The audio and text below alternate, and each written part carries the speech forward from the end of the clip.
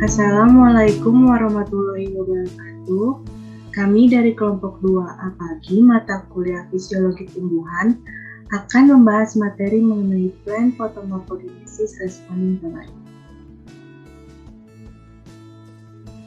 Anggota kelompok 2A pagi terdiri dari Anissa Rahmani Putri, Audrey Aurelia Artato, Della Rose,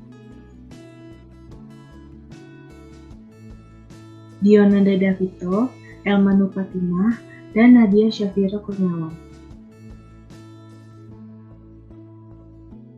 Outline video materi ini terdiri dari pembahasan mengenai fotomorfogenesis, kemudian fotoreseptor, kemudian fitokrom, dan yang terakhir mengenai peran fitokrom pada pertumbuhan tumbuhan.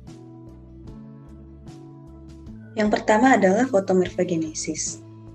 Fotomorfogenesis adalah salah satu cara bertahan hidup dari tumbuhan untuk memahami sinyal dari lingkungannya, yaitu diantaranya cahaya. Karena kualitas dan kuantitas cahaya berubah, namun dapat terprediksi, maka tumbuhan dapat memahami sinyal tersebut dan menggunakan informasinya untuk mengarahkan pertumbuhan, bentuk, dan reproduksi sesuai dengan lingkungan. Fotomorfogenesis dapat didefinisikan sebagai regulasi pertumbuhan tumbuhan oleh cahaya. Selanjutnya adalah tujuan dari fotomorfogenesis. Yang pertama adalah agar tumbuhan dapat memodifikasi pertumbuhannya, sehingga tumbuhan mendapatkan cahaya matahari lebih dan memiliki advantage atau keuntungan dalam menghadapi seleksi alam. Yang kedua, tumbuhan dapat menciptakan strategi khusus dalam bertahan hidup, di mana tiap individu memiliki strateginya sendiri dalam situasi yang berbeda. Berikutnya adalah contoh dampak pertumbuhan agar tumbuhan meningkatkan efisiensi dalam menangkap cahaya. Yang pertama, modifikasi kloroplas dalam konteks bentuk, ukuran, dan ketebalan daun. Yang kedua, tumbuh lebih tinggi daripada tumbuhan lain di sekitarnya. Lalu yang terakhir, susunan daun yang dimodifikasi agar meminimalisir menutupi tumbuhan tersebut dari cahaya. Pertumbuhan ini bergantung pada respons terhadap cahaya. Selanjutnya terdapat fotoreseptor. Tumbuhan memiliki sistem fotosensor, yaitu fotoreseptor yang sangat sensitif terhadap cahaya serta jalur transduksi sinyal. Pengertian dari fotoreseptor itu sendiri adalah penerima cahaya yang terdiri dari foto yang berarti cahaya dan reseptor adalah penerima. Fungsi dari fotoreseptor adalah untuk membaca dan menafsirkan informasi yang didapat dari cahaya dengan menyeleksi berbagai panjang gelombang. Fotoreseptor berperan pada perkecambahan benih, deetiolasi kecambah, pertumbuhan vegetatif, orientasi organ, dan perubahan keperkembangan reproduksi. Terdapat 5 tipe fotoreseptor, yaitu pertama fitokrom untuk membaca panjang gelombang merah atau far red. Selanjutnya terdapat kriptokrom dan fototropin untuk membaca panjang gelombang biru dan UVA. F-box membaca panjang gelombang biru dan UVA, dan terakhir UVR8 membaca UVB.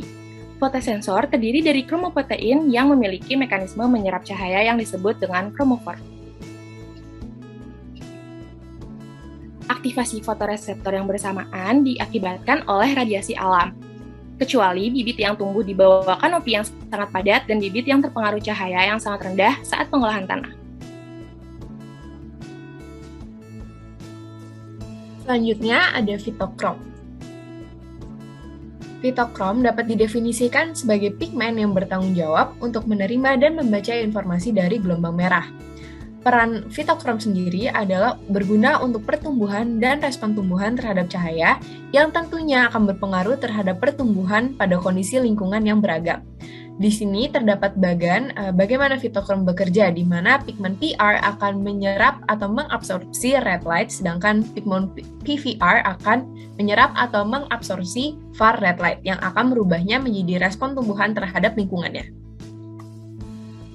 Fitokrom ditemukan pada beberapa tumbuhan tingkat tinggi seperti angiosperm. Pada angiosperm dapat ditemukan fitokrom A, fitokrom B, dan fitokrom C. Tetapi pada famili Arabidopsis dapat ditemukan juga fitokrom A sampai fitokrom E. Selain pada tumbuhan, fitokrom juga dapat ditemukan pada cyanobacteria dan juga fungi. Fitokrom berbeda-beda karena memiliki perbedaan protein. Setiap protein terekspresi pada jaringan dan waktu yang berbeda. Fitokrom berinteraksi dengan fotoreseptor atau fitokrom lainnya melalui protein untuk memunculkan rangsangan agar informasi mengenai cahaya dapat diketahui. Selanjutnya, fungsi fitokrom dalam pertumbuhan tanaman. Yang pertama, dalam perkecambahan biji, fitokrom berperan untuk memberitahu informasi keberadaan biji, apakah biji tersebut ada di permukaan tanah, dekat permukaan tanah, atau ada di dalam tanah. Hal ini dikarenakan ada dua tipe perkecambahan biji, yaitu yang pertama positively photoblastic seed, di mana stimulasi perkecambahan biji dengan keberadaan cahaya, dan yang kedua negatively photoblastic seed, di mana perkecambahan biji terhambat dengan keberadaan cahaya. Umumnya, biji yang membutuhkan cahaya untuk berkecambah adalah biji dengan embrio yang kecil dan endosperm yang terbatas. Biji harus berada di dekat permukaan sehingga bibit dapat segera mendapatkan cahaya sebelum cadangan makanan habis. Yang kedua adalah deetiolasi. Etiolasi pada dasarnya merupakan kecenderungan tumbuhan ketika masih dalam bentuk biji untuk mencari sumber cahaya. Nah, ketika sudah menemukan sumber cahaya, tumbuhan akan mengalami proses deetiolasi yang dikontrol oleh fitokrom dan kriptokrom. Deetiolasi sendiri adalah keadaan ketika pertumbuhan hipokotil berhenti dan plumular hook berangsur lurus, serta epikotil mengalami pempanjangan. Yang ketiga adalah shade avoidance. Jadi dikarenakan tumbuhan membutuhkan cahaya, tumbuhan yang tumbuh tertutupi oleh tumbuhan lain atau tumbuh di bawah kanopi akan memiliki kecenderungan untuk beradaptasi dengan dua cara. Yang pertama, menyesuaikan kemampuan untuk mendapatkan cahaya, yaitu dengan meningkatkan modifikasi daun, serta jumlah klorofil A atau B yang bersifat light harvesting. Yang kedua, menyesuaikan morfologi sehingga posisi daun tumbuhan tersebut tidak tertutupi tumbuhan lain. Jadi fitokrom digunakan untuk mendapatkan gelombang merah biru yang sebelumnya terdefisiensi karena posisi tumbuhan tersebut. Yang keempat, mendeteksi sinyal siang dan malam. Jadi fitokrom merupakan fotoreseptor yang bertanggung jawab untuk mendeteksi perubahan siang dan malam sehingga tumbuhan dapat menyesuaikan aktivitas yang dilakukan. Selanjutnya, mengontrol biosintesis antosianin. LFR atau Low Fluence Response merupakan salah satu respon dari tumbuhan yang akan menginisiasi pembentukan antosianin yang bertanggung jawab atas pigmen merah pada tumbuhan yang berketergantungan pada fitokrom. Yang terakhir, toleransi kekeringan, di mana faktor transkripsi CBF or DREP1 yang berasosiasi dengan promotor gen responsif kekeringan ditekan oleh faktor interaksi fitokrom. Yang kedua, fitokrom terbukti terlibat dalam pengendalian transpirasi daun. Berikut daftar acuan yang kami gunakan. Sekian presentasi dari kami. Kurang lebihnya mohon maaf. Wassalamualaikum warahmatullahi wabarakatuh. Terima kasih.